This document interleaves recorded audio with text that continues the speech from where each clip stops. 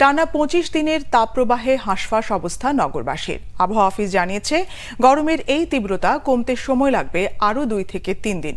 তীব্র গরমে জনগণকে কিছুটা স্বস্তি দিতে রাজধানীতে প্রতিদিন ৪ লাখ লিটার ওয়াটার স্প্রে করবে উত্তর সিটি কর্পোরেশন। শনিবার আগারগাঁওয়ে এই কার্যক্রমের উদ্বোধন করেন মেয়র আতিকুল ইসলাম।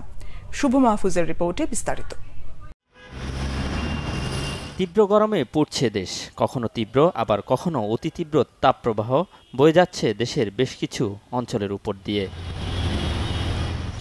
আর চলতি মাসে টানা ২৫ দিনের মতো বইছে তাপপ্রবাহ, ইতিমধ্যে যা ভেঙেছে ৭৬ বছরের রেকর্ড। তীব্র এই তাপপ্রবাহে অতিষ্ঠ সব শ্রেণী পেশার মানুষ।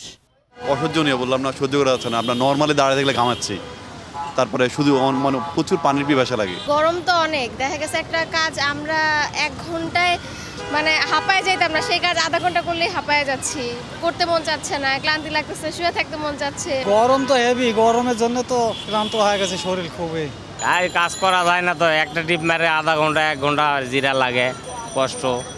চলমান তাপপ্রবাহ আরও কয়েকদিন অব্যাহত থাকার কথা জানিয়েছে আবহাওয়া অফিস। বাড়ানো হতে পারে হিট অ্যালার্টের সময়সীমাও। যে চলমান তাপদাহ আছে এটা আরও কন্টিনিউ করবে, তবে যে তাপমাত্রা বৃদ্ধির ক্ষেত্রে যেটা দেখা যাচ্ছে এটা ওই রকম আর বৃদ্ধি করবে না।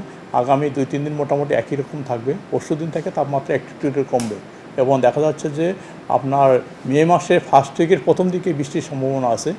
এদিকে তীব্র গরমে মানুষকে সাময়িক স্বস্তি দিতে রাজধানীতে ওয়াটার স্প্রে করছে ঢাকা উত্তর সিটি কর্পোরেশন। এই কার্যক্রমের উদ্বোধন করে উত্তর সিটি মেয়র জানান, হিট অফিসারের পরামর্শে এই ওয়াটার স্প্রে করা হচ্ছে।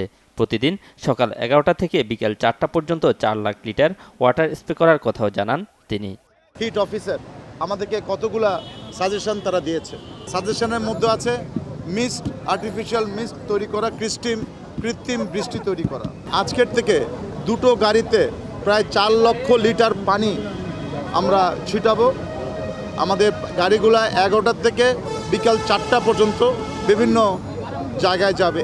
অবৈধভাবে জলাধার ও খেলার মাঠ যাতে কেউ দখল করতে না পারে, সেজন্য সবার কাছে সহযোগিতা চান আতিকুল ইসলাম। শুভ মাহফুজ, বাংলা ভিশন, ঢাকা।